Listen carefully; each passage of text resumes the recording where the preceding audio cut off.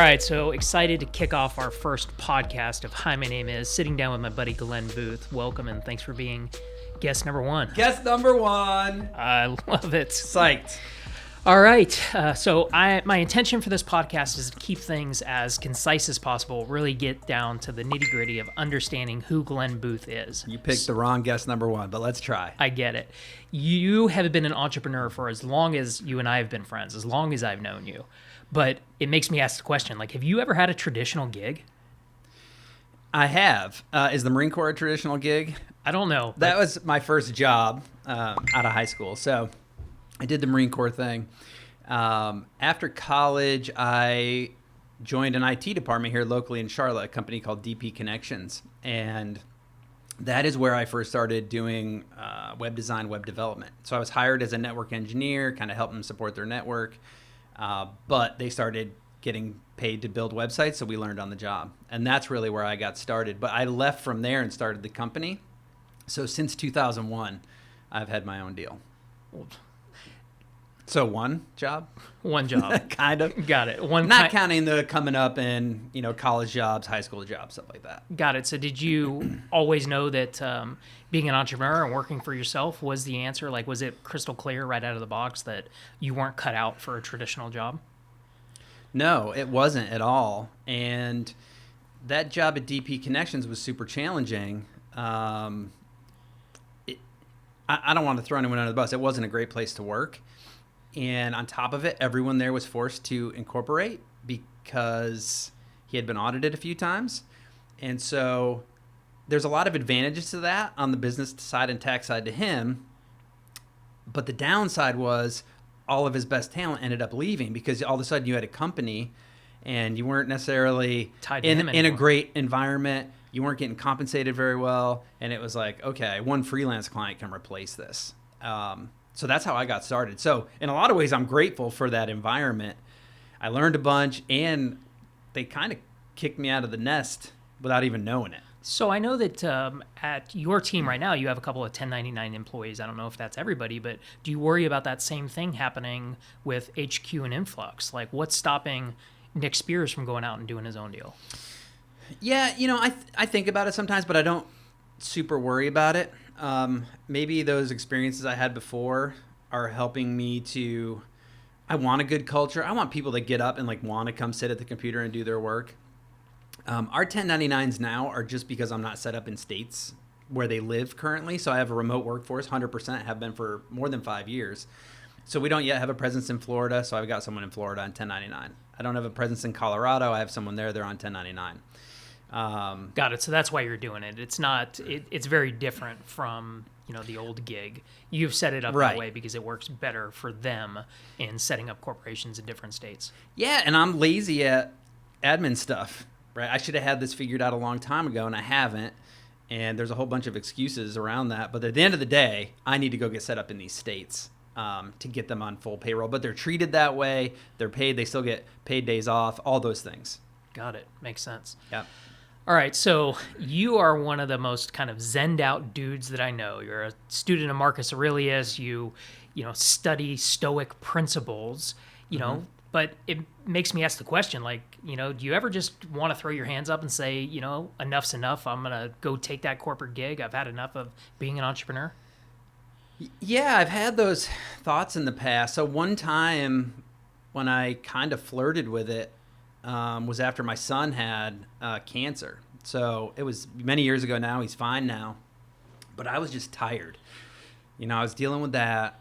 I was thinking about payroll every single week. What the heck am I doing here?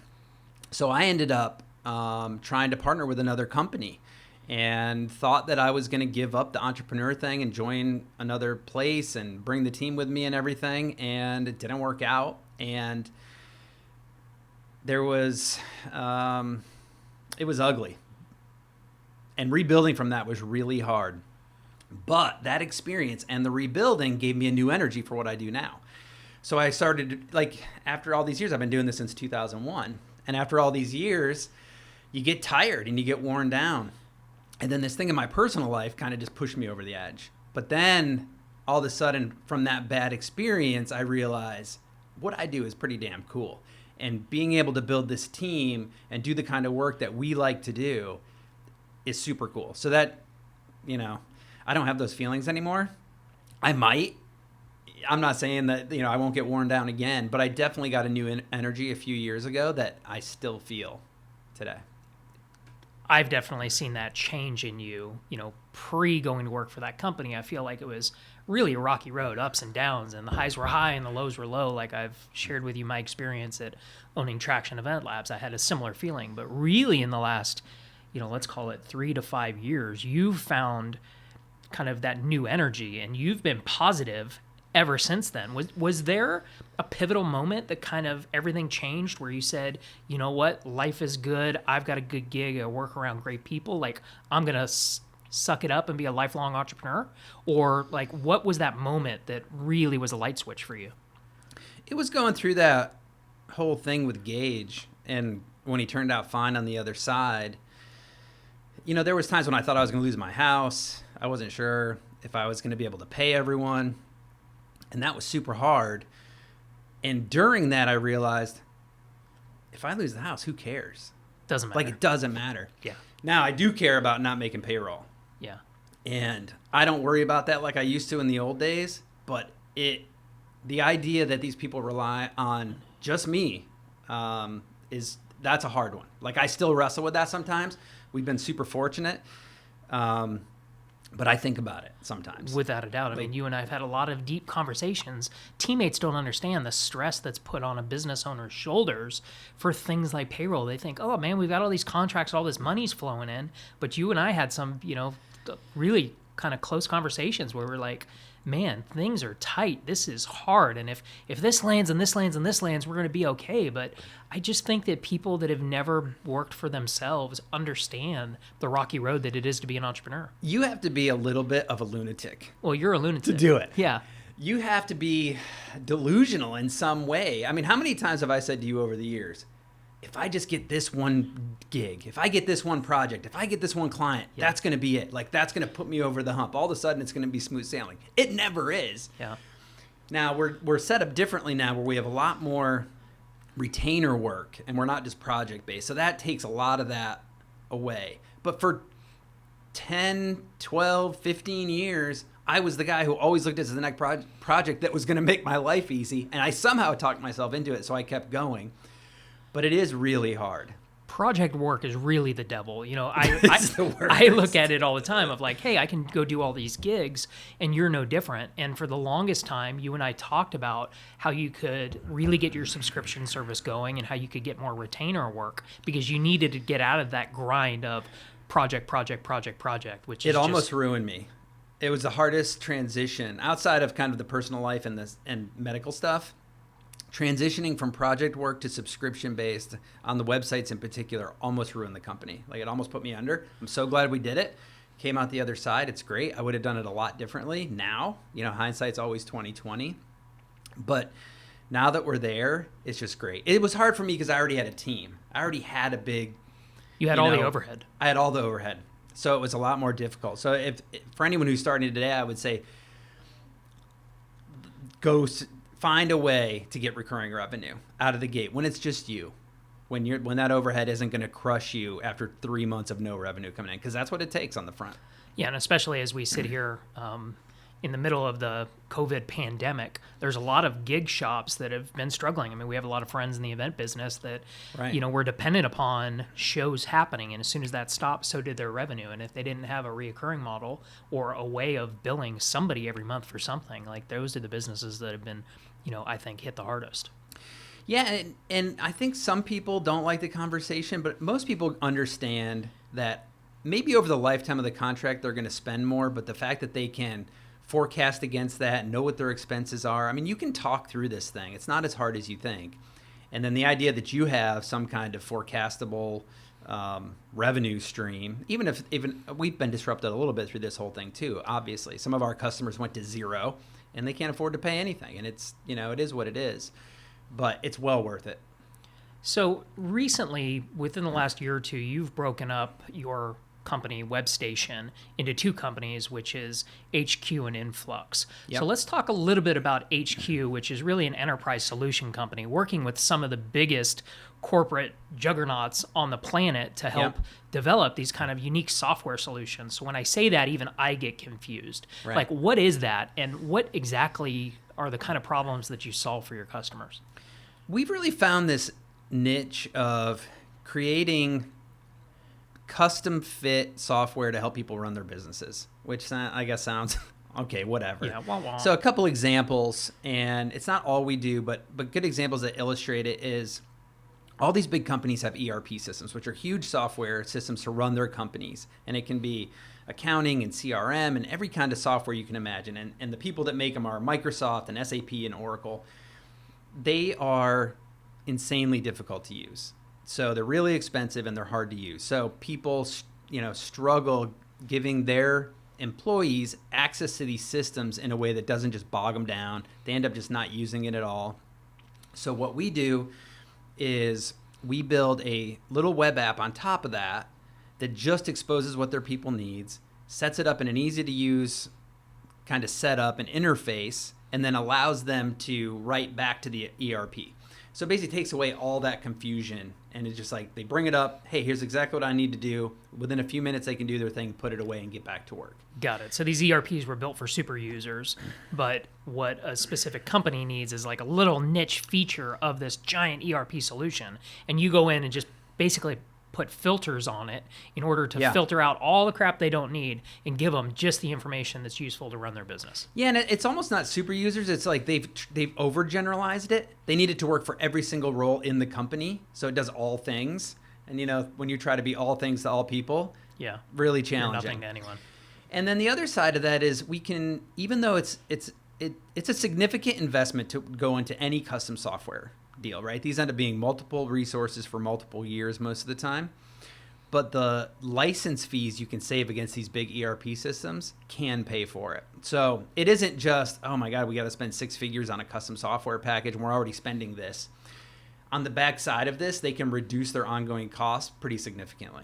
As well as the team members that they have using the system. Oh, the time saved is ridiculous. Right? If I have to add another engineer that's making a couple $100,000 a year plus overhead, plus give them an office and all this stuff, if I'm able to make the system more efficient, it'll give me a better way of understanding whether or not I need to add more staff members or where I need to add those staff members. Yeah, getting more. So we really try to help people drive efficiency and behavior change. So a couple examples. One big customer we have went from having 10,000 items in their backlog to 2,500 over just like a year of time, just for gained efficiency. Wow. And another client we have credits going from 200 employees to 400, and just being able to manage that because they use our software. So those are the kind of success stories that we just love. Like, we're not just here to build software and get paid. Like, we're having real impact on people. And it's never about, even though these companies are often private equity owned, it is never about reducing headcount, which is what most people think. They just want the people that are there to have a better work life and get more done, period. So that's good. We're not interested in being part of a project where the end result is laying everyone off. So the other company that you have is Influx. And over the past year, you've really found your social media voice, rocking the Influx hat. You've really found your social media voice, whether it's part of your podcast or LinkedIn articles. You're really active on Instagram. You and I have a group together, and you're working to help other businesses find their voice. So do you have any advice for individuals or businesses that are struggling to really hone in on what they're trying to say? There is no substitute over putting in the reps. You have to start. You have to be willing to write badly to write good. You have to be willing to create terrible it doesn't have to be writing. It can be graphics, it can be audio, it can be video. You have to be willing to do it bad a lot of times to get good. It's the only way to do it. You can't hire me and I wave my magic wand and do it. I can help you get there quicker. I can bring tools, I can bring tactics, I can cheerlead you, all those things, but you have to put in the reps. And I've gotten to a point where that's all I'm constantly beating on everywhere. Is I just want people to start. It's you and I have been joking a lot about it, talking a lot about it, is you can give people all the tools necessary and you can coach them. At the end of the day, they just have to put in the reps. And there's so few people that want to do the work, that want to put in the effort in order to do it, that's the difference between getting traction and not. I mean, there's no magic pill. It's not as easy as just like subscribe to this service and you're going to have SEO and people are going to know about you. Like, you really need to be creating content on a consistent basis. If you're not willing to put yourself out there and show how you feel about your services, how you feel about your customers, how you feel about your community, and the way you help people, you're irrelevant. Like, it's just the world we live in. A few years back, you could get decent placement on Google and make a go of it. Impossible now. Everyone's doing the research before they talk to you. And if you're not there in the pool of things they're researching by putting this out there, you're finished. And the excuses are easy. I'm too busy. I can't give away my secrets. You know, I'm dealing with X, Y, and like you.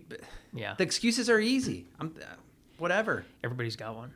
I put in my post yesterday. Can't just means whoa. Don't tell me you can't do it. It's ridiculous. You're choosing not to do it. Period. Yeah, I totally agree, 100%. And that's where you and I have been working really well ever since kind of day one. Is we're both willing to put in the work, and we're willing to test, we're willing to try, we're willing to make a fool of ourselves if it's needed. But we're then able to kind of hone in to find the things that we enjoy doing the most and get the most traction, whether it's, writing for you or it's video for me.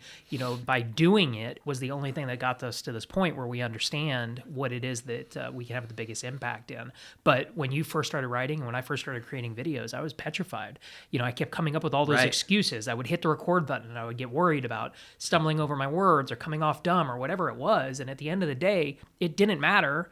And it got better over time to now, we both get messages from customers and friends saying, hey, this piece of content that you created really resonated. I appreciated it. It's helping me drive my business. It's amazing.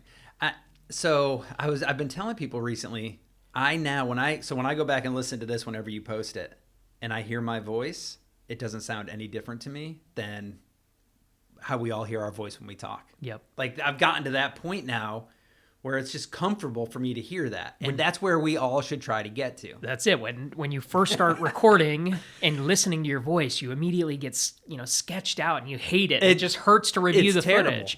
And then you get to this point where at the end of the day, you don't care. And now I'm even here where I'm doing editing in front of the computer and Kelly will walk through and I don't have to pause anymore. I don't care if she hears it, where before it was like, don't listen, it's not ready. Like, I sound like a moron. And now it literally just is what it is and I don't care.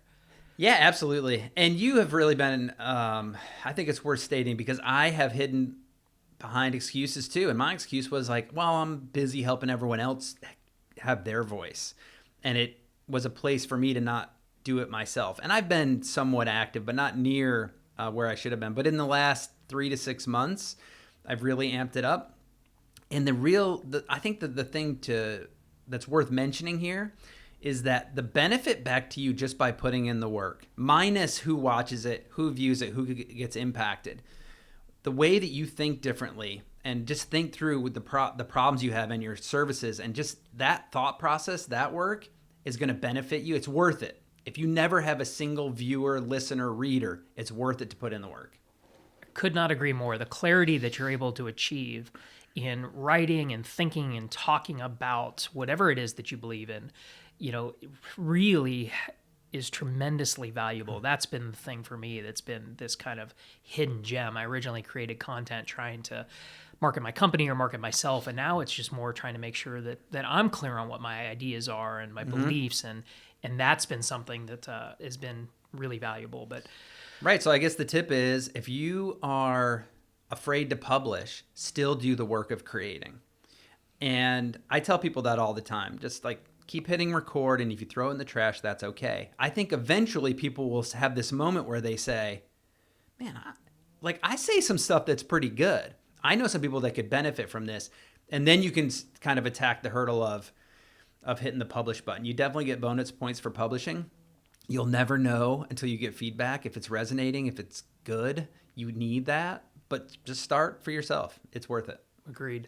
All right, in closing, I'm going to need you to do me a favor. I'm going to ask you to imagine that you could get everyone's attention, I don't know how you're going to do it. You've got a magic genie and you hit a button and it pops up on their phone or it's a billboard. Okay. You've got their attention. So what do you tell them? Ride your mountain bike every day. Yeah. And what that really means is find some daily practices that make you a better you and get it done. For me, mountain bike is one of those things. Riding every single day changes me for the better. You need to find your daily practices and no excuses. Get them done every day. Agreed. All right, Glenn Boothe, I appreciate you being here and I appreciate you being guest number 1. Dude, I loved it. This has been a production of Traction Media Labs, where we celebrate the hustlers, the grinders, the go-getters, the men and women that make this country great.